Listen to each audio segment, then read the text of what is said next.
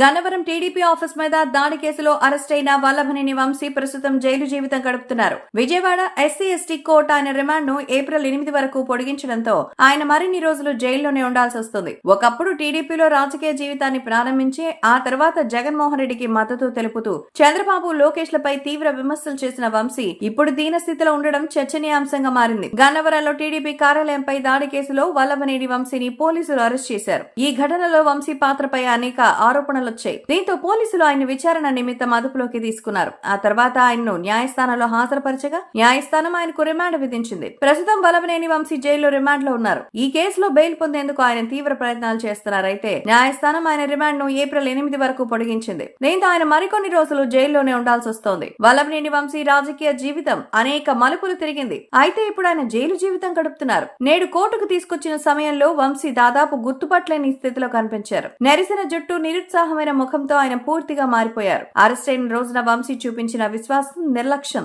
ఇప్పుడు ఆయన ముఖంలో పూర్తిగా మాయమైపోయాయని నెటిజన్స్ కామెంట్ చేస్తున్నారు. రాజకీయాల్లో శాశ్వత శత్రువులు, శాశ్వత మిత్రులు ఉండరని మరోసారి రుజువైందని పలువురు అభిప్రాయపడుతున్నారు.